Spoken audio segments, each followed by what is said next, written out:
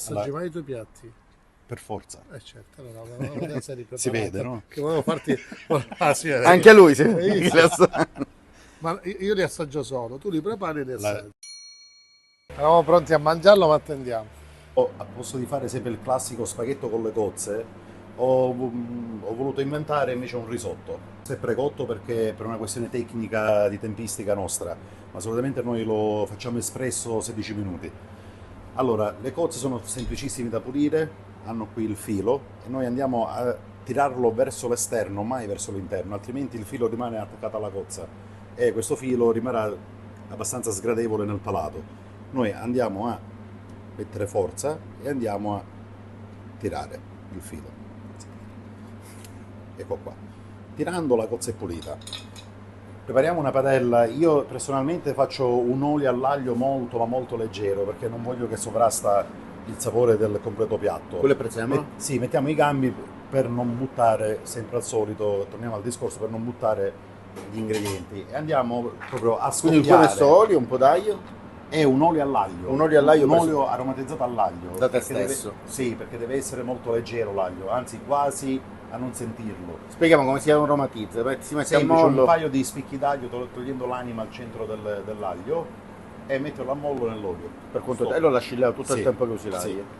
Nel frattempo facciamo leggermente riscaldare la padella e Devo dire che buttiamo le l'odore di cozze. aglio si sente, è molto bello. E buttiamo le cozze, come se dovessimo fare una cozza scoppiata, semplice. Un consiglio è sempre andare a prendere un piatto e togliere con le pinze ad una, perché così equilibriamo la cottura di tutte le cozze. Quando la cozza è troppo cotta diventa molto gommosa, come la cozza, come qualsiasi mollusco. Andremo ad aggiungere un po' di acqua semplicemente pulita, senza sale né niente, mi raccomando, che già la cozza è un po' sapida. Nel momento che stanno quasi per aprire, se volete, possiamo andare a mettere o una padella sovrastata per fare da coperchio, così si crea quel shock termico e si aprono le cozze. L'importante è non buttare l'acqua che butta le cozze, perché sarà quello per insaporire il riso. Belli anche i piatti, devo dire. Oh, ma l'occhio vuole la sua parte. E le nocciole dove ve le userai? Le nocciole andranno nel risotto, Ora? per dare la nota croccante al piatto. Questa cosa te la copio. Per questo dico sempre, se vai a abbinare gli ingredienti giusti, allora c'è uno studio dietro, Certo. perché uno per creare un piatto non è che oggi mi sveglio e creo quel piatto, ci sono tante prove, tanti studi, quello che purtroppo molte persone non capiscono, che a volte vanno ai ristoranti e dicono ah quel piatto è troppo caro, è esagerato, ma non si va mai a guardare la lavorazione che c'è dietro a un prodotto. Lo vedete, già stanno iniziando ad aprirsi le cozze e andiamo a toglierle ad una ad una. È un po' fastidioso questo procedimento, ma fidatevi che vi consiglio di farlo perché aiuta tanto al prodotto finale del piatto, che noi andiamo a bloccare ognuno la stessa cottura, che la cozza, come anche la vongola, la fasolara, qualsiasi mollusco noi andiamo a prendere, quando si stracuoce diventa molto gommoso. Quando sono tutte le cozze aperte, togliamo i gambi di prezzemolo e andiamo a mettere, io, ripeto di nuovo, ho fatto il riso precotto. Essendo che c'è la sapidità dell'acqua di cozze, io vado a mettere con della semplice acqua. Che tipo di riso hai usato? Questo qua è un carnaroli. Il risotto che consiglio è il vialone nano, che ha una forma a goccia e serve tanto per rimanere al dente il riso, perché essendo che ha la forma di goccia, la parte più panciuta rimane molto più al dente. Però il carnaroli va bene, se vuole uno usare un risotto diciamo più economico va bene anche l'arborio, solo che l'arborio non mantiene tanto bene la cottura. Arrivati a mezza cottura, io aggiungo una salsa di cozze, che viene fatta semplice con dello scalogno, cozze e patate. È lo stesso procedimento del polpo e patate di poco fa, la crema, solo con l'aggiunta di cozze. E le frulli sempre? Sì, serve per dare proprio la cremosità. Questo ovviamente è un preparato che quanto tempo lo puoi conservare tu? Questo allora, in un buon frigo fino a 3-4 giorni. Ok. Questo ci aiuta per la cremosità? Sì, già il riso in sé per sé diventerà cremoso, Però questo con qua questo, le aumenta patate. la cremosità e anche la sapidità delle cozze. Poi per dare la nota di freschezza al piatto andremo a grattugiare del limone, non trattato, mi raccomando. Questa serve per dare la freschezza al piatto.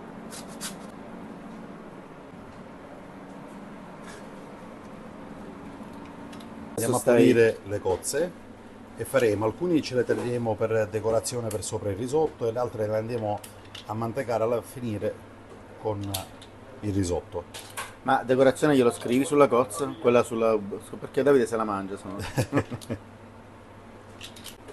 Ed effettivamente sono tutti uguali, vedete? Allora, Con questo sistema le cozze sono... non c'è quella cruda, hanno tutte la stessa cottura. Ma quando cuociamo le cozze certe volte capita che si apre ma è tutta sfilacciata all'interno, va buttata questa? Sì, perché solitamente quando si ha la cozza un po' aperta, quando prima della pulitura, va direttamente buttata perché È morta. il mollusco è morto. E quando non si apre c'è la cosa che vanno... Come questa, conviene già buttarla. Ok, perché siccome è morto non si è aperta. Come ben vedete il riso è quasi pronto. Ora per la mantecatura io uso l'acquetta delle cozze perché è importante, perché l'acquetta delle cozze ormai è fredda, con il caldo fa lo shock termico e scarica ancora più amido il riso. Questa è una cosa molto importante. Lo potete fare anche con la pasta.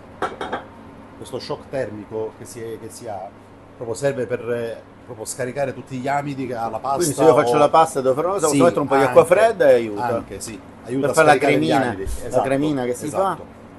Questa aiuta ancora maggiormente. E si va a mantecare, io lo manteco con del semplicissimo olio locale. Spegne il fuoco e si fa riposare per circa un minuto il riso. L'importanza è, lo vedete, diventa lucido, il risotto ha preso una lucidità, significa che è mantecato bene. Mi raccomando, sempre assaggiarlo prima di servire.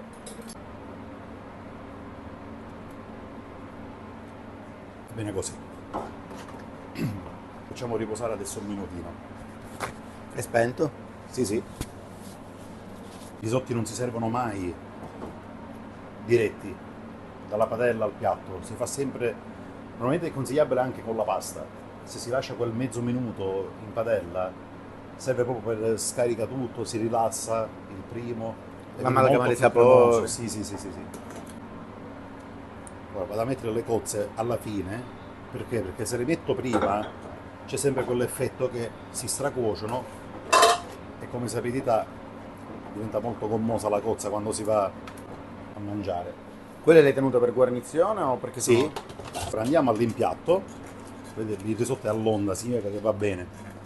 Com'è? Il risotto all'onda. Quando vai a saltare e fa una forma di onda, significa che la cottura è esatta, è azzeccata.